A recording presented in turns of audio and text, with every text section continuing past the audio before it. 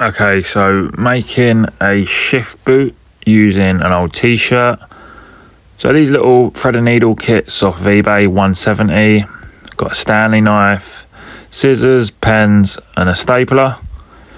So obviously you need the shift boot out of the car.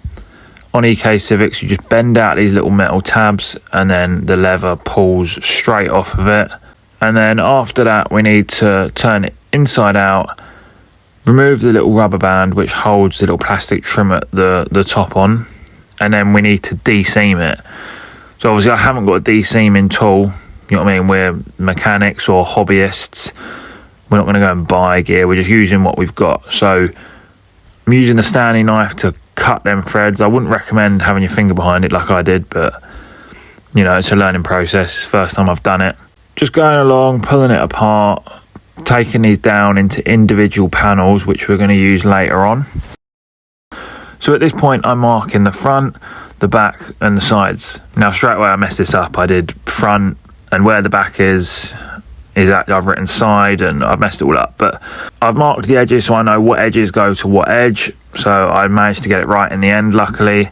But this just prevents, you know, there's different sizes and angles and stuff like that, and you want to make sure it goes back in the same as it come out of the car. X, Y, Z, A, front and back, all that. Just mark whatever makes sense to you.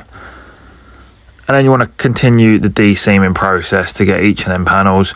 Obviously you'll find your own little technique. So now I've got my individual panels, and this is a t-shirt I bought. So it's a woman's t-shirt, blouse, whatever you want to call it, from a charity shop. It was £3. And then I'm going to lay it on, draw around it with a Sharpie, and then cut it out. Now this t-shirt was a very, very thin fabric, and by myself it was quite difficult. If it was a thicker fabric it would have been a hell of a lot easier, and I probably wouldn't have been able to do it with the scissors. Maybe the problem was my scissors weren't sharp enough, I'm not sure, but I just found the very thin material was moving a lot. So yeah, with another pair of hands holding it tight might have helped, but what I did here was I cut it out roughly with the scissors, and then yeah, that's it. You can see the markings, and then I tried to use the scissors on it, but it wasn't quite working, it was moving too much. And then that's when I moved on to using the razor blade shortly after, which seemed to work a lot better. Now if I used the Stanley knife and a ruler, or I had someone to hold the fabric tight also, again, might have been a better finish, but this seemed to do the trick anyway. Just seemed a lot more precise. You could get them cleaner edges, doing the bottom bit now where it meets the metal frame that it's going to attach into to go back into the car. And then here we go, we got that one panel cut out. Just going to lay it on top of the leather piece, put it to the sides. Now what I did for the next ones were I attached it using a safety pin and a needle to try and prevent it moving around as much as the last one did.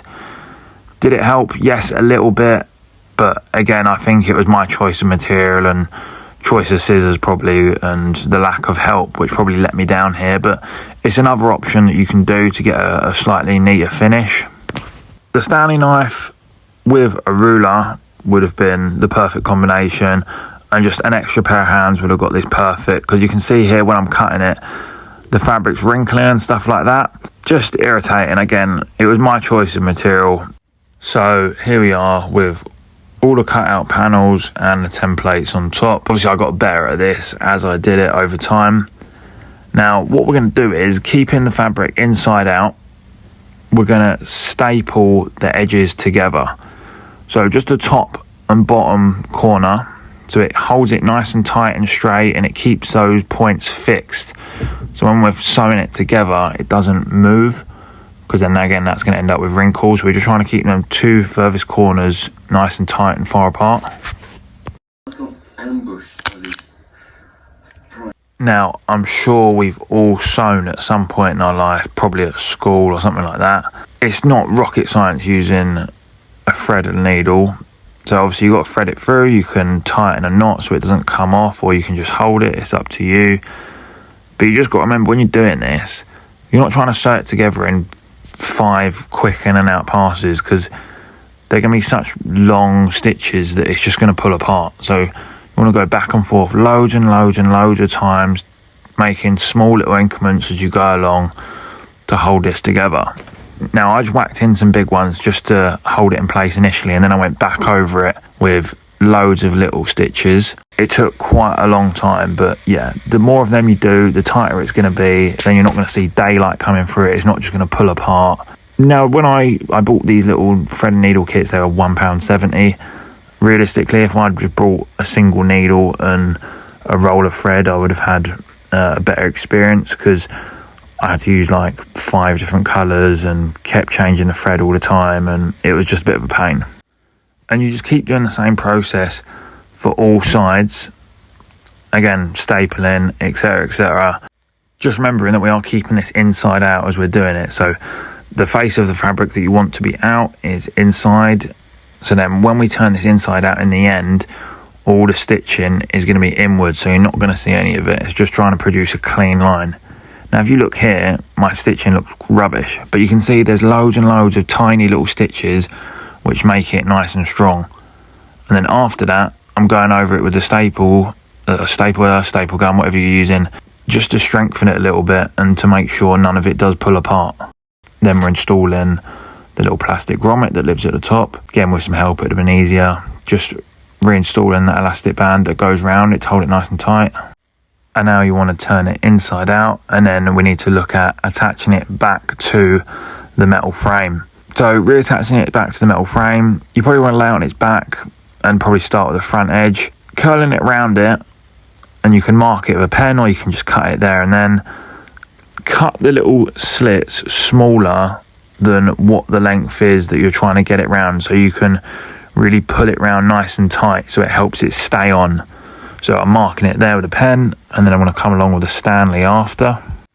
So you're going to do this process obviously the whole way around, small little slits, really pulling it around those metal barbs, if you want to call them that, and then you want to use a pair of pliers to clamp them back down.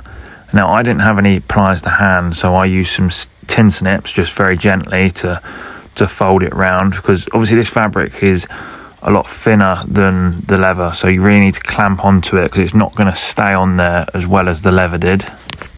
And then from there it's just as simple as reinstallation. So on EKs, just slot it in, 2 screws, and then reinstalling it back into the car. Now as you can see there, it's come out quite well considering it was pretty shoddy work, and again, no skill involved in this. If you used the t-shirt that you had and you didn't have to go and buy anything, you could do this for £2 or £3 maybe, and I only used one side of a t-shirt. I've still got the back on the other side, so I can do the armrest, I can do all sorts of stuff.